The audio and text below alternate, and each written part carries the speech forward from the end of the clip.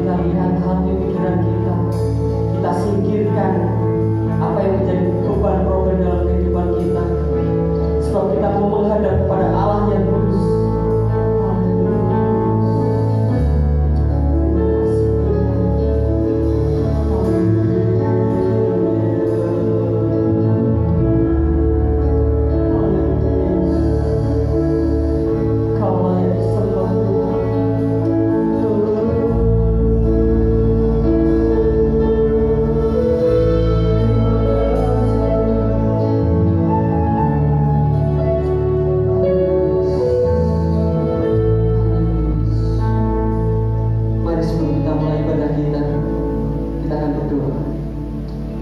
Ucap syukur Bapa buat kasih karunia kebaikan-Mu Tuhan.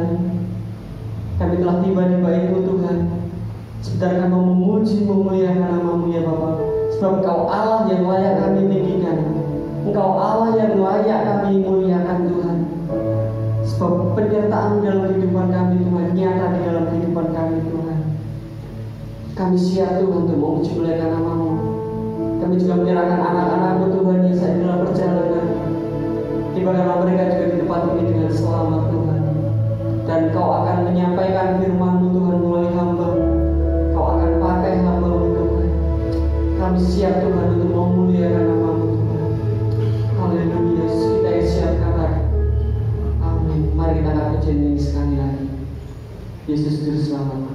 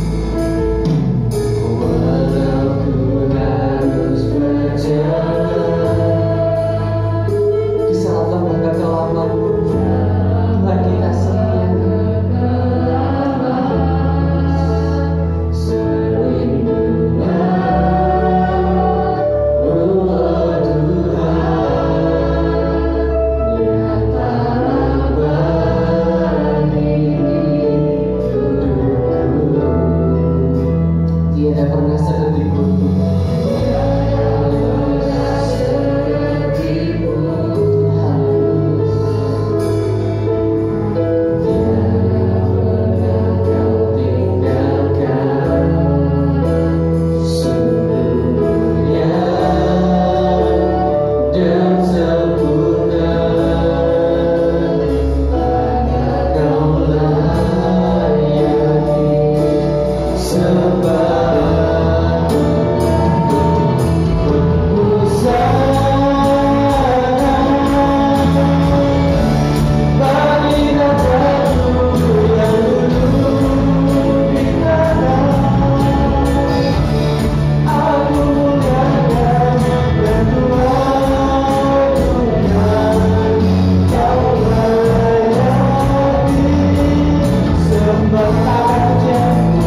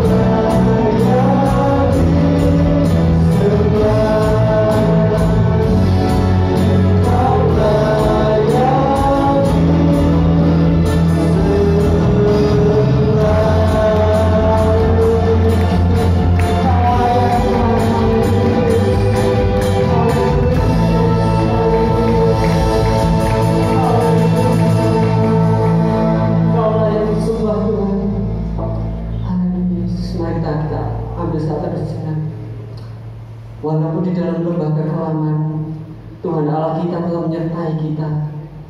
Ini Tuhan yang menjadi pengakuan hati kami, Tuhan. Oleh karena kebaikan-Mu, kesetiaan-Mu, Tuhan, kami mau memuji, memuliakan nama-Mu ya Bapa. Sebab Engkau Allah yang layak dipuji, disembah, dimuliakan Tuhan. Kita siap memuliakan nama Tuhan, katakan amin. Haleluya Bapak Saudara sekalian. Mari sukacita. Kita yakin percaya Allah kita layak disembah. Amin. Siapa yang di sini datang dengan beban pergumulan? Pasti kita punya beban pergumulan. Tapi mari kita serahkan semuanya dalam nama Yesus. Serahkanlah.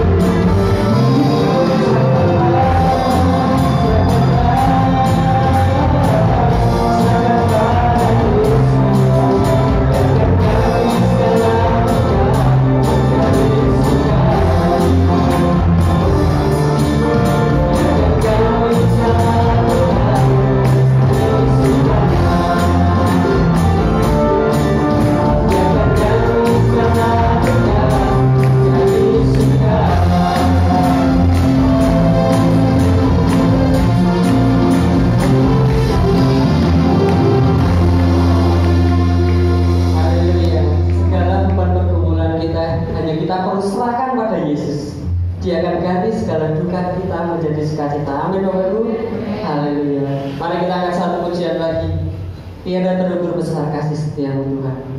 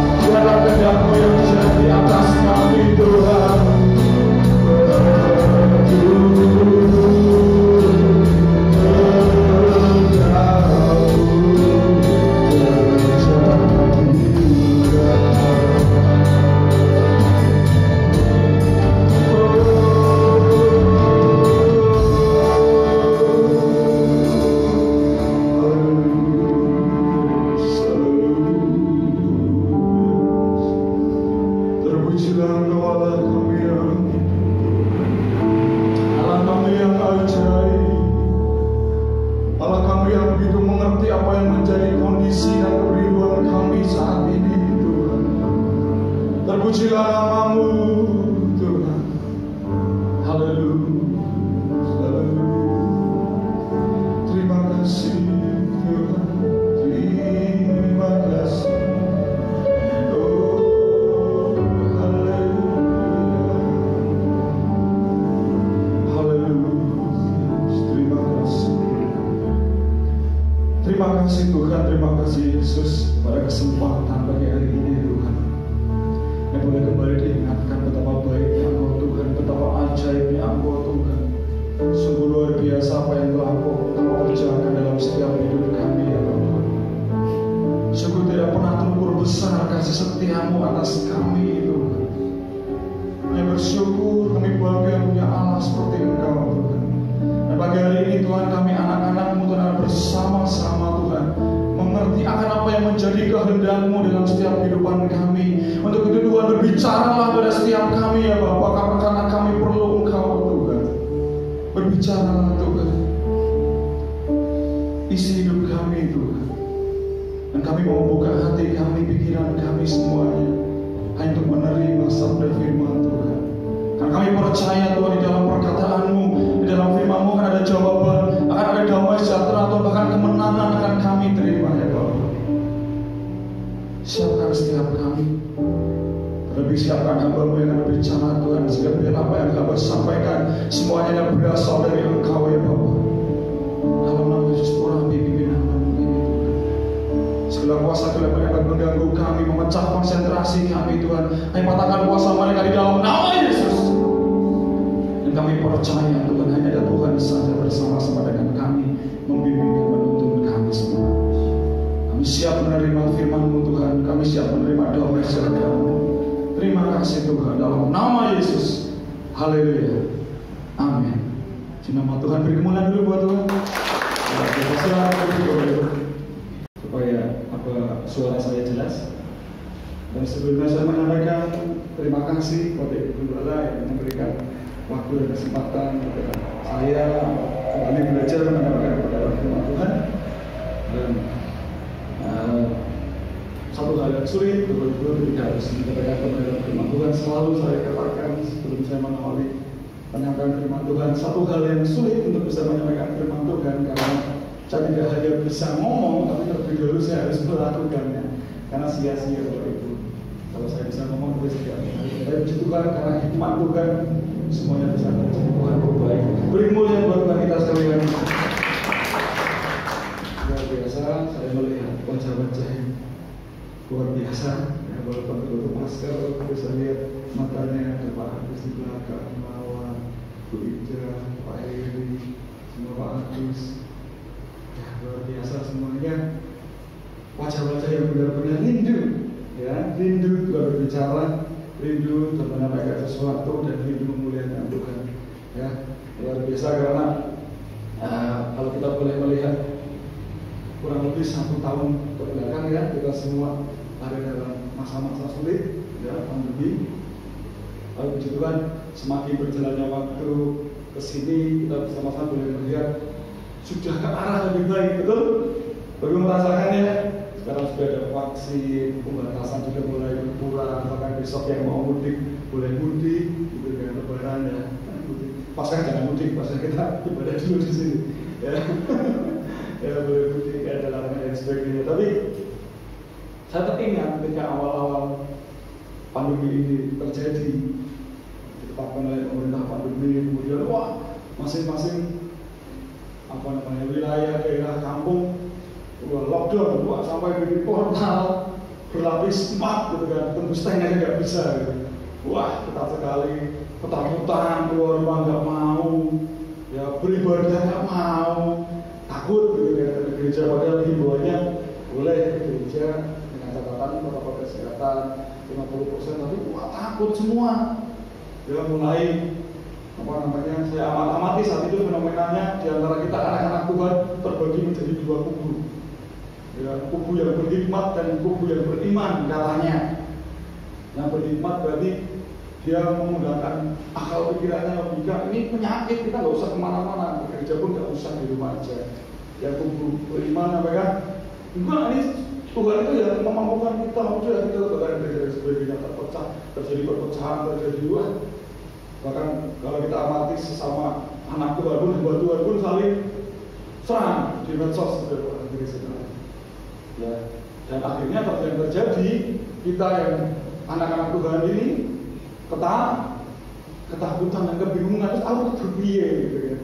Itu harus bagaimana? Saya butuhkan di tempat kita gereja begitu bijak, berusaha selalu berkoordinasi dengan Bapak, berkoordinasi dengan aparatur pemerintahan, jadi semuanya tetap bisa dilaksanakan, tapi dengan memperhatikan hal-hal yang seharusnya ditepati protokol kesehatan dan sebagainya diperhatikan. Jadi kita tetap bisa beribadah, yang mau beribadah di rumah karena kondisi sakit dan sebagainya kita bisa. Ada tidak ada di gereja kita saling menghakimi, luar biasa.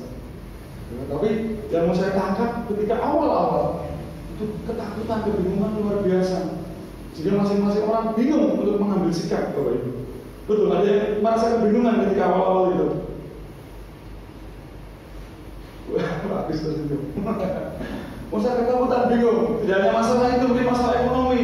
Sebulan masih bisa, ya sebelum 2 bulan mulai kukur-kukur kepala, gitu kan. Itu kukur-kukur geger, gitu, pukul 3 bulan mulai remes-remes, iya, nanti, gitu. Wah, mulai ketakutan, mulai bingung. Wah, ini mulai pemasukan berkurang, tabungan menipis dan sebagainya. Wah, takut. Padahal ini selesai kapan ini? Menurut para ahli, kita nonton TV setiap hari cuma disuguhkan berita naik terus. Setiap hari kita akhirnya saya ambil satu sikap, saya nggak akan nonton itu, saya nggak akan baca itu berapa, karena membuat kita menjadi berpikir negatif. Wah, terus ini kapan nampungnya dan sebagainya. Tetapi berjalannya waktu sampai dengan saat ini, Bapak Ibu masih dipelihara oleh Tuhan? Masih dipelihara? Bisa melalui pandemi? Ternyata apa yang kita takutkan, gambaran-gambaran yang begitu menakutkan itu tadi terjadi dalam hidup Bapak Ibu Saudara sampai dengan saat ini? Tidak. Ternyata Tuhan masih membeli. Ternyata apa yang kita pikirkan tidak semengerikan yang kita jalani, karena bukan peliharaan kita. Ya, amin. Ya. Masalah boleh seringkali membawa kita ke dalam ketakutan, Bapak Ibu, dan kemudian menjadi mengacaukan pikiran kita, mengacaukan setiap pikiran kacau, otomatis cara berpindah kita juga salah, dan akhirnya mengacaukan kehidupan kita. Dan ketakutan ini, Bapak Ibu, adalah salah satu cara iblis untuk menghilangkan damai sejahtera. Karena iblis tahu Tuhan memberi kita damai sejahtera. Nah, pada mulanya, sejak awal mulanya, ya kita percaya pada Tuhan, Roh Kudus ada dalam kita, itu kita punya yang namanya damai sejahtera. Tetapi iblis tahu ini bisa menjadi titik lemah. Untuk itu iblis akan mencoba memanipulasi, mengintimidasi kita, menyerang kita dengan yang namanya ketakutan, supaya kita semua itu kehilangan arah dan akhirnya menjauh dari kasih karunia Tuhan. Jadi kalau yang membiarkan hidupnya ada dalam ketakutan, berarti Anda semua, kita semua membiarkan diri kita dikuasai oleh iblis. Dan bedanya dengan orang kelebon setan, ya, karena dikuasai oleh iblis. Ternyata kerasukan setan tidak mendem makan beling, makan kembang. Enggak, ketakutan juga itu bagian dari kita dikuasai oleh iblis, oleh setan. Makanya jangan membiarkan diri kita di dalam ketakutan. Ya. Karena iblis juga tahu, ketika seseorang itu takut, Bapak Ibu, ketika seseorang itu takut, kekuatan terbesarnya akan muncul. Ya. Bapak Ibu pernah melihat maling dikejar-kejar, copet kejar-kejar, itu mungkin kalau dia dilombakan dalam lintasan, dia mungkin paling cepat di antara atlet yang sesungguhnya. Karena dia takut ada keluarnya kencang sekali. Ya, bahkan ketika pengalaman dulu ada demo itu anak mahasiswa, ketika kita dikasih tahu, ya udah tangkapin provokatornya, kita tangkapin ya. Itu tembok tinggi, itu dia bisa loncat, karena takut mau ditangkap. Karena ketakutan itu, kekuatan terbesar manusia yang muncul itu justru pada saat ketakutan. Ya. Iblis tahu itu. Kalau kita dikuasai ketakutan, akhirnya kita akan cenderung mengandalkan kemampuan kita, akhirnya lupa sama Tuhan. Ngerti itu ketakutan itu. Ya. Salah satu cara iblis untuk menghilangkan damai sejahtera. Bahkan ketika Yesus berpuasa 40 hari, salah satu yang dipakai oleh iblis untuk mencoba Yesus adalah dengan ketakutan. Apa itu? Batu suruh juga menjadi roti. Apa konteksnya ketakutan? Orang pada umumnya, manusia pada umumnya takut kalau nggak makan pasti mati. Karena nggak makan, telat makan aja ya. Iblis mencoba memanipulasi Yesus. Kalau kamu nggak makan, kamu mati. Kalau Yesus itu takut, pasti dia akan, ya batu jadilah sari roti. Nah, jadi nanti ya Pak, saya bermerek. Jadilah roti gitu. Nah, kalau Yesus takut boleh seperti itu, tapi katakan, ya kita hidup bukan hanya dari roh, tapi dari firman. Bukan dari Alkitab, dari firman Allah yang hidup. Itu Bapak Ibu. Dan pagi hari ini kita akan sama-sama pengantar dari saya, sama-sama belajar ya bagaimana kita seharusnya menghadapi dan mengatasi ketakutan. Ya. Bagaimana caranya kita menghadapi dan mengatasi ketakutan dalam hidup kita. Ya, yang mana pasti awal dari ketakutan itu masalah. Ya, awal dari ketakutan itu masalah. Ya, kita sama-sama belajar, tapi kita sama-sama belajar melalui dua konteks yang berbeda, dua tokoh Alkitab, dua raja, keduanya adalah Raja Yehuda. Saat itu Israel terpecah jadi dua setelah Salomo mati menjadi Kerajaan Yehuda yang beribu kota di Yerusalem juga dengan Kerajaan Israel. Ya, kita belajar bersama-sama dari dua raja dari Kerajaan Yehuda yang hanya terpisah satu generasi saja.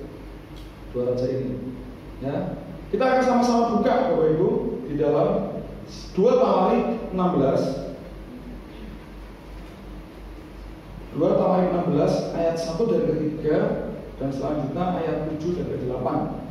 2 Tawarik 16 ayat 1 dan 3, langsung loncat ke ayat 7 dan 8. Minta tolong Bu Raymond.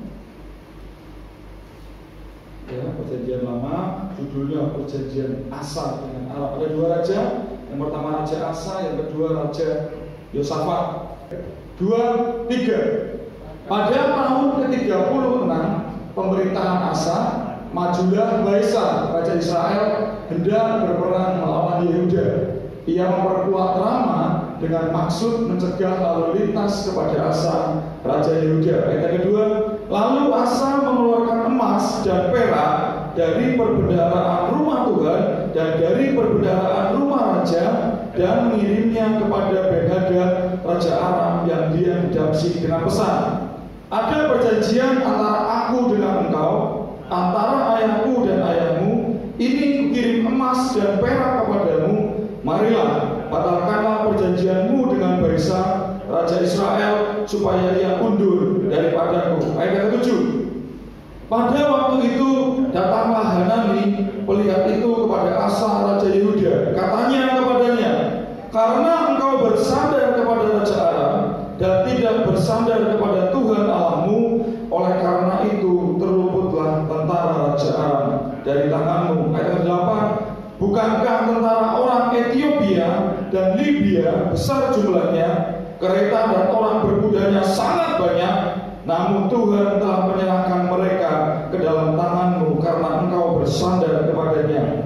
Ayat 9. Karena mata Tuhan menjelajah seluruh bumi untuk melimpahkan kekuatannya kepada mereka yang bersungguh hati terhadap Dia. Dalam hal ini engkau telah berlaku bodoh. Oleh sebab itu mulai sekarang ini engkau akan mengalami peperangan. Amin. Demikian firman Tuhan. Ya. Kita akan belajar dari dua raja, Bapak Ibu. Yang pertama Raja Asa, yang kedua Raja Yosafat, ya, Raja Yosafat kita akan baca nanti setelah kita bersama-sama membahas apa yang dikerjakan oleh Raja Asa. Ya. Ceritanya ini Bapak Ibu, saat itu Israel dengan Yehuda perang saudara ceritanya. Ya. Satu waktu ada informasi intelijen katakanlah seperti itu sampai kepada Raja Asa bahwa Raja Israel akan memperluas wilayahnya, otomatis pasti akan menyerang kita. Ya, apa yang harus kita kerjakan Raja? Ya. Satu masalah muncul berarti Bapak Ibu di dalam kehidupan Raja Asa dan Kerajaan Yehuda saat itu. Ya, masalah muncul ketika mereka akan menghadapi peperangan. Dan masalah ini membuat Raja Asa ketakutan. Ya. Yang kemudian yang ia kerjakan adalah di ayat yang kedua, Asa mengeluarkan emas dan perak dari perbendaharaan rumah Tuhan dan dari perbendaharaan rumah raja dan mengirimnya kepada Benhadad raja yang lain, ya, Raja Aram yang di Damsyik dengan pesan supaya nyogok, kamu tak kasih ini barang-barang ini, emas, perak dan sebagainya, tapi kamu bantu aku. Raja Asa mengalami masalah, dia ketakutan, dan sikap yang diambil adalah dengan mengambil perbendaharaan rumah Tuhan dan menyerahkan kepada sekutunya untuk membantu dia berperang. Dan akibat yang dia terima, dia menang peperangan, Bapak Ibu? Tidak. Yang didapat adalah malah justru dia akan, ayat ke-9, mulai sekarang kau akan terus mengalami peperangan. Pada akhirnya dia boleh baca di ayat berikutnya, dia semacam stres, sakit, ya, pada akhirnya ya. Karena ketakutan, dan dia mengambil cara yang demikian. Ini cara yang salah atau cara yang benar, Bapak Ibu? Kalau menurut pengertian Bapak Ibu baca firman Tuhan ini, salah atau benar? Salah, ya. Kalau benar pasti Tuhan kasih kemenangan. Cara yang salah yang diambil oleh Raja Asa ketika dia mengalami ketakutan di dalam hidupnya, ketika dia dihadapkan dengan masalah, ya. Apa yang membuat dia sampai salah mengambil satu tindakan? Cara apa kok sampai dia dikatakan salah? Karena Bapak Ibu, saya catat yang pertama, Raja Asa ini, saya catat di sini, mengandalkan pemikiran dan kemampuannya sendiri, Bapak Ibu. Cara Raja Asa ketika dia mengalami ketakutan atau masalah, dia menggunakan akal pikirannya dan kemampuannya untuk mencoba mengatasi masalah dan ketakutannya itu sendiri. Sehingga ketika dia mengandalkan kuasaannya, dia berpikir, aku ini seorang raja, orang nomor 1 di kerajaan itu. Terserah saya mau berbuat apa, keputusan apa yang saya ambil. Toh juga ini untuk kepentingan seluruh Yehuda. Saat itu mungkin dia berpikir seperti itu. Dia merasa, wah, aku berkuasa, terserah saya. Sampai akhirnya dia merupakan, ya, esensi, ya, bahwa dia seharusnya menyerahkan pada Tuhan. Padahal di dalam sebelumnya, ya, yang ke-7 dikatakan, bukankah dulu, ya, tentara Ethiopia dan Libya lebih banyak jumlahnya saja, aku serahkan kepadamu ketika kamu mau mencari aku, mau berserah pada aku. Kenapa sekarang yang hanya sedikit ini, yang jauh lebih kecil, engkau malah berbuat yang demikian? Ya. Dia mengandalkan kemampuan dan cara berpikirnya, mengandalkan kekuasaannya sendiri. Sampai akhirnya dia mengambil satu tindakan yang salah, ya, menyepelekan Tuhan. Maka akhirnya dia yang bisa diambil barang-barangnya Tuhan, dia ambil untuk diserahkan kepada sekutunya. Parah sekali kalau saya katakan begitu. Sampai milik Tuhan dia ambil untuk mengatasi ketakutannya. Apa yang menjadi refleksi dalam kehidupan kita? Ya, kadang-kadang kita membiarkan bahwa pemikiran kita mengambil alih, pemikiran kita mengambil alih diri kita ketika kita menghadapi ketakutan. Sehingga kita cenderung menggunakan logika dan emosi. Karena kalau kita baca ayat sebelumnya, memang Apa yang ada di dalam perbendaharaan rumah Tuhan itu, di dalam Tawaran 15 ayat yang terakhir dikatakan bahwa itu adalah hasil jarahan yang didapat oleh Asa ketika ia berperang melawan Ethiopia dan Libya. Barang jarahannya dia persembahkan pada Tuhan sepenuhnya. Mungkin dia berpikir, oh Tuhan juga punya aku, saya ambil lagi untuk menghadapi pertempuranku yang lain. Seringkali kita menghadapi yang demikian, bahkan kita berbuat yang demikian, menyepelekan Tuhan, ya dengan mengandalkan kemampuan kita sendiri. Bahkan kita mencuri dari Tuhan. Kita merasa aku belum pernah berhasil dengan cara yang demikian, padahal cara yang itu Tuhan yang kasih jalan Bapak Ibu. Menganggap keberhasilan di masa lalu adalah hasil buah pemikiran kita, hasil dari usaha kita, hasil dari pekerjaan kita. Lupa bahwa itu Tuhan yang kasih. Kita ambil lagi, bila kita ambil satu pemikiran, aku akan bisa. Dulu aku pernah kok dengan cara yang demikian, mencuri dari Tuhan. Karena saking takutnya kita menghadapi pandemi, saking takutnya kita menghadapi perekonomian kita, saking takutnya kita menghadapi aku besok lulus apa enggak nih ujian, akhirnya mencuri waktunya Tuhan. Waktunya kita datang ke gereja, waktunya kita bersekutu dengan Tuhan, kita curi. Aku tak ini dulu, oke menghadapi ini, aku sedang menghadapi ini. Yang seharusnya waktu kita milik Tuhan untuk datang ke gereja, memuliakan Tuhan, berbicara pada Tuhan, kita curi. Kita gunakan untuk hal yang lain, bekerja, untuk hal yang lain, belajar, tahanlah. Kita curi, kita nggak sadar, seringkali begitu. Ya, ini yang pertama, mengandalkan kemampuan. Ya. Yang kedua, kenapa Asa ini gagal? Salah, karena dia mengandalkan manusia. Mengandalkan manusia, ayat yang masih ayat yang kedua, ya. Ia mengirimnya kepada Ben-Hadad raja Aram. Dia berpikiran, ya, Ben-Hadad ini punya pasukan yang lebih banyak, punya kereta yang lebih banyak. Ya, pasti dia bisa membantu aku untuk menang melawan Baisa, raja Israel. Dia mengandalkan manusia. Bersandar pada manusia, seakan-akan hidup kita ini ditentukan oleh manusia. Wah, remeh sekali Bapak Ibu. Hidup kita yang begitu luar biasa, hidup kita yang begitu berharga kok dianggap, ya, bisa ditentukan oleh manusia. Apakah sebegitu remehnya arti hidup kita Bapak Ibu, sehingga kita menyerahkannya begitu saja ke dalam tangan manusia?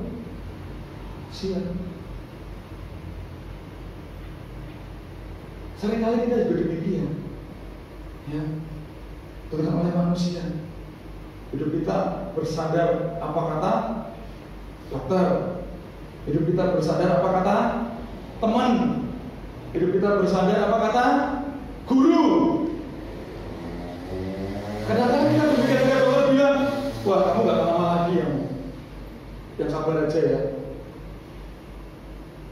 Apakah iya hidup kita ditentukan oleh apa kata dokter? Kalau saja misal kita sakit, tidak. Guru bilang, kamu harus datang les hari Minggu, bisa, karena ada sekolah yang les hari Minggu. Kalau kamu gak belajar ini dan lain sebagainya, gak ikut, padahal katanya ekstra dalam kegiatan yang wajib. Kalau kamu gak datang, nilaimu jelek dan lain sebagainya. Atau orang dunia katakan, untuk bisa sukses, kamu harus belajar, kamu harus pintar. Kalau belajar masih benar. Untuk bisa sukses, kamu harus pintar, nilaimu harus bagus, harus 90 ke atas dan sebagainya. Akhirnya karena kita mendengarkan kata-kata yang demikian, wah, tolong saya sih mau terus belajar terus sampai kita sejokong diminum. Saking pengennya nilainya bagus. Prosesi dengan lupa waktunya ke gereja, lupa waktunya berdoa, lupa waktunya bersekutu. Benar nggak kalau nilainya bagus pasti hidupnya berhasil? Benar nggak? Ya. Kenapa saya berani katakan itu? Saya barusan mengalami. Saya baru saja mengalami bahwa itu. Saya minta adik saya aja, Thomas ini. Apa buktinya? Kepandaian kita itu tidak menjamin kita lulus. Dan apa kata manusia? Boleh baca. Berdasarkan hasil seleksi pendaftaran program Pascasarjana UGM, saudara dinyatakan diterima sebagai mahasiswa baru di program studi Magister Ketahanan Nasional Sekolah Pascasarjana UGM pada semester genap tahun akademik 2020-2021. Kegiatan akademik dimulai pada tanggal 8 Februari 2021. Saudara wajib melakukan registrasi sesuai pengumuman rektor nomor sekian-sekian. Saya sampai dapat itunya, Bapak Ibu, dapat email, dapat hard copy-nya juga. Bayangkan. Buktinya, kalau Tuhan bilang tidak, ya percuma segala kepandaian kepintaran saya. Ternyata yang menentukan segala sesuatunya itu Tuhan. Mau kita belajar menghasilkan nilai kita setinggi langit, percuma. Kalau mau belajar silakan, tapi kalau mau mengejar terobsesi, kemudian sampai mencuri waktunya Tuhan, itu yang salah. Nilai seperti ini yang menjamin. Saya ingin menegaskan bahwa hidup kita tidak ditentukan apa kata dunia, bahkan apa kata orang. Tidak ditentukan oleh itu, Bapak Ibu. Jadi kalau kita kemudian menyandarkan hidup kita pada manusia, pada dunia, adalah kebodohan terbesar. Percuma. Mengandalkan kekayaan. Raja ini, Asa, dia mengandalkan kekayaannya dengan meminta beda dia. Buktinya kalah juga, Bapak Ibu. Dia udah habis-habisan banyak, kalah juga. Seringkali kita mengejar kekayaan itu, waktunya buat Tuhan, aku lebih memilih mengejar kekayaan, cari uang dan sebagainya, lupa akan Tuhan. Akhirnya malah masalahnya bertambah. Karena dampak yang diterima akibat menganggap remeh kuasa Tuhan, ya, dengan mudahnya menjauh dari Tuhan. Ya, pemikiran Tuhan bisa nanti dan lain sebagainya, ya, dampaknya masalahnya justru semakin besar. Peperangan yang dialami hanya saat itu, tapi kata firman Tuhan orang terus mengalami peperangan sampai dia mati, isinya perang terus. Namanya perang ada damai sejahtera, dan dalam keluarganya perang berperang. Ada damai sejahtera. Gak ada. Ya. Dampaknya itu, masalah semakin besar. Dan apa yang dikerjakan juga sia-sia. Dikatakan, saya bacakan. Ya, bahkan dia sampai mana?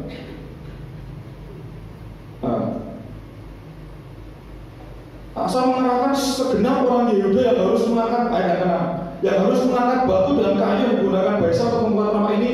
Ia mempergunakannya untuk memperkuat Geba dan Mispa. Wah, sampai berusaha sedemikian rupa, ya, bahkan sampai dia berbuat kejam.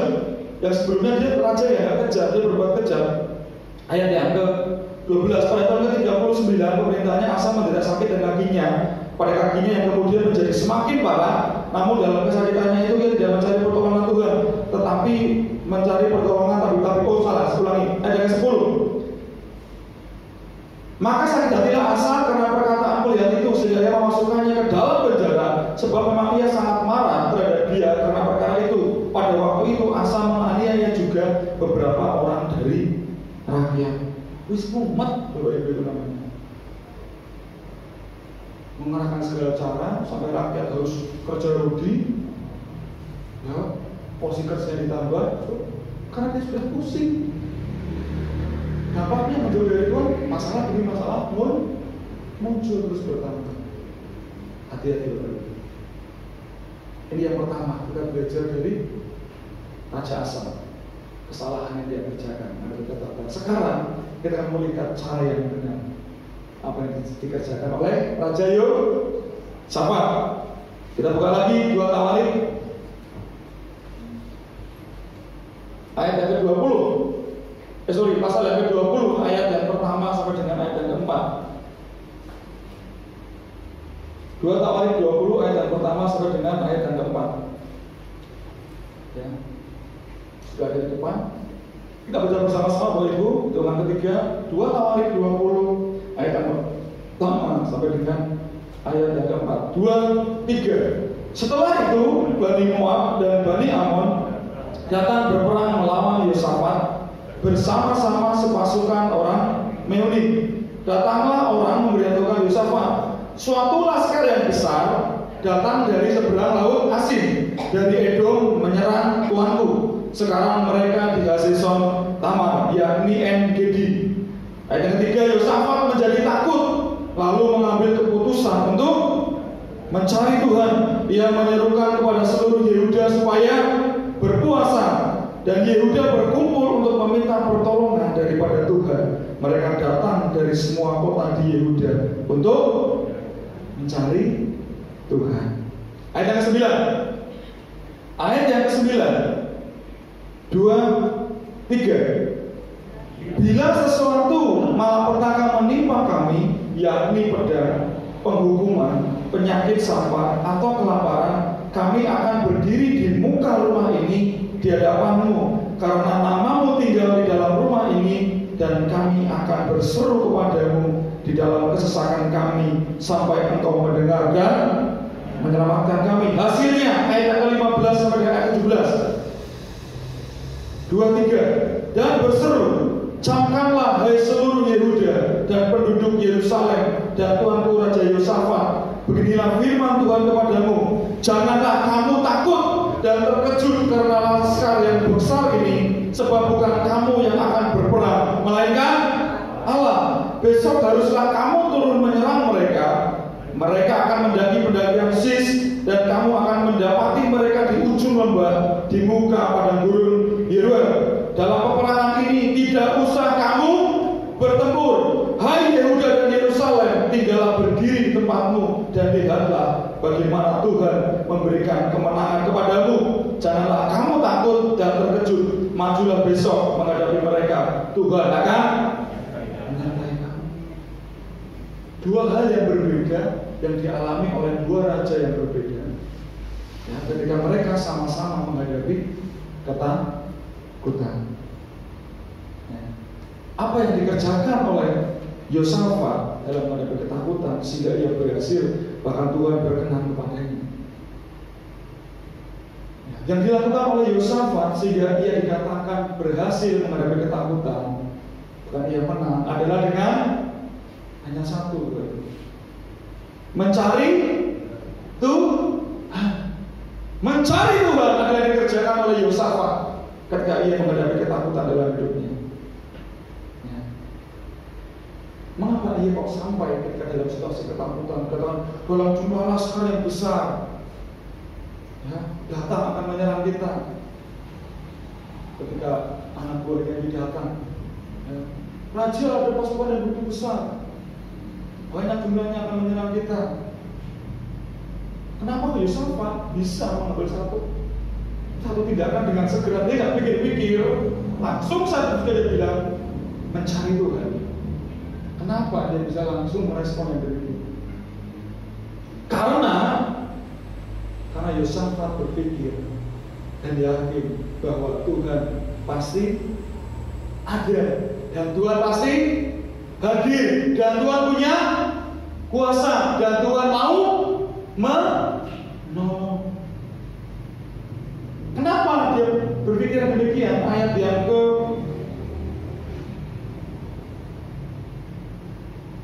ke-5, saya bacakan aja Bapak-Ibu. Ayat yang ke-5. Lalu Yosafat berdiri di tengah-tengah jemaah Yehuda dan Yerusalem di rumah Tuhan, di muka pelataran yang baru, dan berkata, ya Tuhan Allah nenek moyang kami, bukankah Engkau Allah di dalam surga? Karena dia tahu Allah kita itu ada.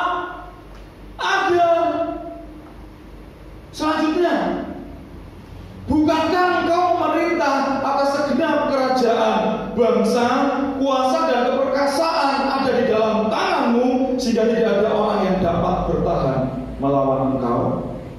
Karena dia yakin Allah kita, Allah yang berkuasa. Nah, dengan segera dia merespon, aku mau mencari Tuhan. Karena ia ada dan ia punya kuasa. Yang terakhir, kenapa dikatakan dia berpikir Allah itu mau menolong? Ya. Ayat yang ke-9. Bila sesuatu malapetaka menimpa kami, yakni pedang, penghukuman, penyakit, sampah atau kelaparan, segala masalah ya. Kami akan berdiam di muka rumah ini di hadapanmu karena namamu tinggal di dalam rumah ini, dan kami akan berseru kepadamu di dalam kesesakan kami sampai engkau mendengar dan menyelamatkan kami. Yakin Tuhan akan mendengar dan menyelamatkan. Mau masalah sebesar apapun, jangankan masalah yang terlihat, penyakit, sampar, virus, COVID, Tuhan pasti akan menyelamatkan kita. Cari Tuhan. Nah, seringkali kita dalam hidup kita udah ketakutan, pakai ngalah kita lagi, nggak mau cari Tuhan. Ada kesempatan buat datang pada Tuhan. Kita menggunakan cara pemikiran kita. Saya teringat kejadian beberapa waktu lalu, 1 tahun yang lalu mungkin, ketika masing-masing saling menyerang dengan ayatnya masing-masing. Kamu jangan keluar, menghakimi temannya, rekannya. Udah di rumah aja. Kalau saya mah enak, pegawai negeri suruh di rumah aja, tetap gajian Bapak Ibu. Ya nggak bagus. Enak. Yang lain, menghakimi, di rumah aja, jangan keluar, kan tambah dan sebagainya. Ada lagi yang ke gereja nggak mau jalan-jalan bisa. Terus kok Tuhan mau berkenan, kok minta masalah kita diselesaikan? Gak akan. Kalau ini kita bisa mengatasi masalah kita, mengatasi ketakutan, cari Tuhan. Mau panas terik, hujan berangin, penyakit, katakan ini kan penyakit, tantangan, tetap datang kepada Tuhan. Baru hujan, ambil dulu. Kita mulai beralasan menggunakan apa yang kita punya. Alasan macam-macam. Kembali ke pemikiran tadi, pada ada yang alasan anak, wah aku biaya dan sebagainya. Padahal Tuhan kasih hikmat, bisa banyak hal, bisa gantian.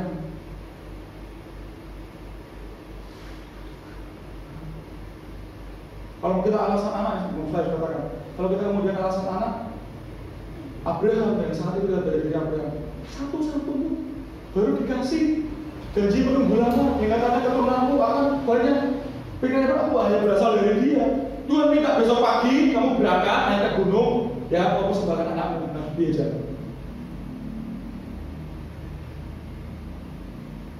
Kenapa Abraham mau membawa anaknya? Ia yakin Tuhan punya kuasa mengganti itu semua. Seringkali kita dibutakan dengan permasalahan kita, dibutakan dengan ketakutan kita. Akhirnya kita lupa Allah kita Allah yang luar biasa. Harusnya kita seperti Yosafat, ada masalah sebesar apapun, seberat apapun, sesakit apapun hati kita, dengan satu masalah kita alami, kecewanya begitu mendalam, datang cari Tuhan. Dia menyelamatkan, dia menyembuhkan, dia ada. Ini yang seringkali kita lupa. Kalau ingin ketakutan kita diatasi, ingin masalah kita selesai, cari Tuhan. Ya. Percaya bahwa Tuhan akan bertindak. Maka apa yang Yosafat terima, Bapak Ibu? Kemenangan. Terus kemudian ada pertanyaan seperti ini, Pak. Kalau aku nyari mencari Tuhan terus, aku nggak kerja. Apa iya? Apakah masalah itu akan selesai dengan sendirinya kalau kita nggak mengusahakan? Apakah masalah akan selesai dengan sendirinya kalau kita nggak mengusahakan?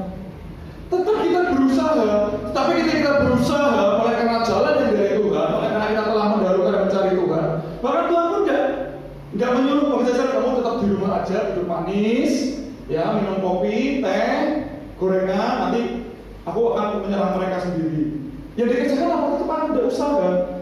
Ayat yang ke-16. Besok haruslah kamu turun menyerang mereka.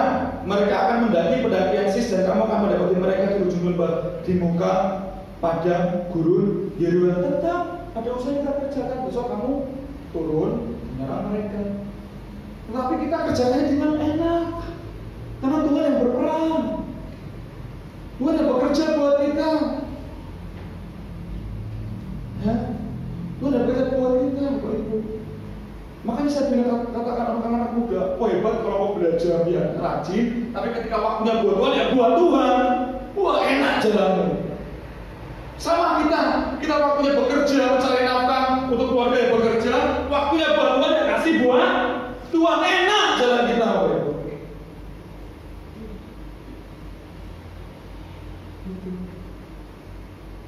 Seringkali kita terombang-ambingkan masalahnya, atau menjalani dengan keraguan, jalani dengan sumut-sumut, wah ya populer, wahnya perjuangan ini terus. Belok pacarnya pakai mobil, Alphard, iri, belok akhirnya udah baik. Makanya ada usaha, tapi kalau kita mencari Tuhan, mendahulukan Tuhan, enak. Amin. Ada amin? Tuhan yang bertindak karena sesuatu, bukan karena kita, tetapi karena Tuhan. Ya, untuk itu ketika dihadapkan dengan masalah yang berat, yang membuat kita ketakutan, carilah Tuhan, bukan malah meninggalkannya. Carilah Tuhan, bukan malah meninggalkannya. Ya.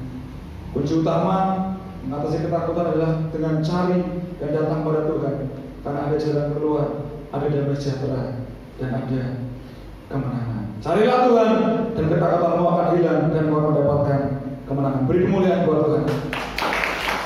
Saya Pak Musik untuk menempatkan diri, mengamalkan firman Tuhan yang Ibu ya. Mari kita mulai berubah pola pikir kita, cara bertindak kita, ketika kita menghadapi masalah, menghadapi ketakutan. Ya, carilah Tuhan. Jangan mengandalkan pemikiran kita sendiri, jangan mengandalkan kemampuan kita sendiri. Karena bukan karena kita, semuanya karena Tuhan. Dan apa yang kita dengar, setiap firman Tuhan yang telah kita dengar bersama-sama, boleh menjadi rema dalam setiap kehidupan kita. Tidak ada lagi khawatir, tidak ada lagi takut, karena kita punya Tuhan yang selalu ada, Tuhan yang berkuasa, dan Tuhan yang mau menyelamatkan dan menolong. Kalau mungkin selama ini apa yang kita kerjakan salah, it's okay, gak masalah. Datang saat ini pada Tuhan, minta ampun. Tuhan ampuni kami karena kesalahan kebodohan kami, Tuhan. Dan mulai saat ini aku mau belajar mencari Tuhan, karena aku tahu di dalam ada kekuatan, ada damai sejahtera dan pertolongan. Terima kasih Tuhan, terima kasih.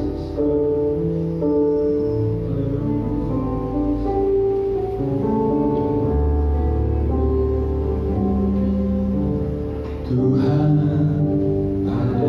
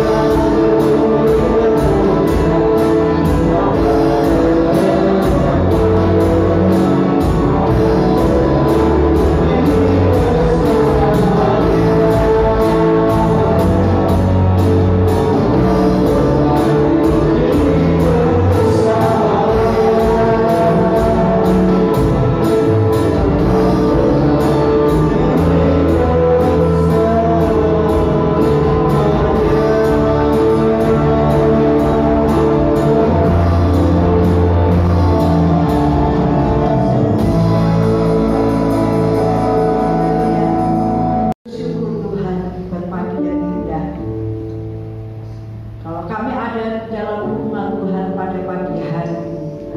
Tuhan akan memberikan kemenangan demi kemenangan di dalam kami menghadapi permasalahan persoalan hidup kami. Karena kami sungguh-sungguh diingatkan untuk kami mencari Tuhan. Ketika kami sungguh-sungguh mencari Tuhan di tengah-tengah permasalahan yang menakutkan, di tengah-tengah persoalan yang membuat kami kadang-kadang terguncang iman kami. Tetapi ketika kami mencari Tuhan sungguh-sungguh, Tuhan bekerja. Tuhan akan menyatakan pertolongan. Tuhan akan memberikan kemenangan bagi hidup kami. Seperti pujian Tuhan, kami rindu di tengah-tengah permasalahan. Kami tetap akan terbang seperti burung raja langit. Semakin tinggi bukan turun, semakin tinggi kami akan mengalahkan badai. Semakin kuat sayap dalam kehidupan kami, karena kami punya iman di dalam Tuhan. Terima kasih Bapa. Terima kasih hamba-Mu yang sudah Tuhan pakai pada pagi hari ini, Bapak Andreas Angga. Tuhan akan berkati setiap pelayanan yang Tuhan berkati apa yang dikerjakannya Tuhan. Biarlah nama Tuhan yang dipermuliakan. Terima kasih Tuhan, setiap kami menjadi pelaku-pelaku firman Tuhan yang akan memuliakan Tuhan dalam kehidupan kami. Terima kasih dan terpujilah bagi nama Tuhan. Di dalam nama Tuhan Yesus Kristus kami mengucap syukur. Yang diberkati katakan amin. Puji Tuhan. Beri kemuliaan bagi Tuhan. Haleluya. Dia Tuhan yang berkuasa. Amin. Haleluya. Syukur bagi nama Tuhan. Bapa kami yang di surga, pada akhir ibadah minggu pagi hari ini, kami kembali datang mengucap syukur kepada Tuhan. Betapa Engkau baik, Engkau banyak melakukan hal-hal yang indah dalam kehidupan kami. Tetapi biarlah kami terus akan tetap memegang iman kami yang sungguh kepada Tuhan. Di dalam permasalahan persoalan hidup, setiap hari itu terjadi, tetapi setiap hari kami akan mendapat kekuatan yang daripada Tuhan. Karena kami selalu menomorsatukan untuk mencari Tuhan, menikmati hadirat Tuhan. Kami berdoa Tuhan pada pagi hari ini bagi persembahan yang anak-anak berikan bagi Tuhan, juga persembahan Paskah yang anak-anak berikan bagi Tuhan. Biarlah Tuhan melewati persembahan ini, pekerjaan Tuhan akan terus maju, pekerjaan Tuhan akan terus berkembang, dan kami menomorsatukan di dalam kehidupan setiap pribadi lepas pribadi bahwa ada Tuhan yang berkuasa di dalam kehidupan kami, ada Tuhan yang hidup di dalam kehidupan kami, yang akan selalu memberikan kekuatan serta sukacita, dan setiap kami boleh menikmati damai sejahtera Tuhan ketika kami bekerja, ketika kami melakukan tugas-tugas kami sebagai ibu rumah tangga yang bekerja, membuka toko, yang berjualan apapun lewat online. Tuhan, Kau akan memberkatinya. Terpujilah bagi nama Tuhan. Ingat Tuhan bagi saudara-saudara kami yang sakit, mereka tidak bisa hadir di dalam rumah Tuhan. Tuhan, Kau melawat mereka, menjamah dan memberikan kekuatan serta sukacita terus terjadi dalam kehidupan mereka. Karena kami tahu sukacita di dalam Tuhan yang akan membawa kesembuhan. Karena kami percaya di dalam Tuhan ada pertolongan. Haleluya. Bapa di surga, untuk ibadah nanti sore, ibadah Jumat anak-anak sekolah minggu, untuk persiapan segala sesuatu di dalam ibadah pertengahan, baik itu KKA, baik itu kaum muda, kami serahkan ke dalam tangan Tuhan. Tuhan yang akan menolong, Tuhan yang akan hadir dan memberkati setiap ibadah ya Tuhan. Kami percaya kami akan semakin bertumbuh dewasa di dalam Tuhan. Bapa di surga, sebentar kami akan pulang. kami menikmati sukacita di dalam perjalanan hidup kami ini Tuhan. Perjalanan kami pulang Tuhan, Kau menyertai. Sampaikan di tempat tujuan kami dengan sukacita dan selamat. Kami akan menikmati hari-hari yang indah bersama dengan Tuhan. Terpujilah bagi nama Tuhan. Terpujilah bagi nama Tuhan. Kami serahkan seluruh doa kami. Hanya kami alaskan di dalam nama Tuhan Yesus Kristus. Mari kita akan angkat kedua tangan kita. Haleluya. Terimalah berkat yang daripada Allah Bapa, Anak dan Roh Kudus. Kasih karunia dan damai sejahtera Tuhan akan melimpah di dalam setiap kehidupan kami pribadi lepas pribadi pada pagi hari ini, dan juga keluarga-keluarga kami. Mulai pagi hari ini sampai Tuhan Yesus datang kembali yang kedua kali, di dalam nama Yesus. Haleluya. Amin.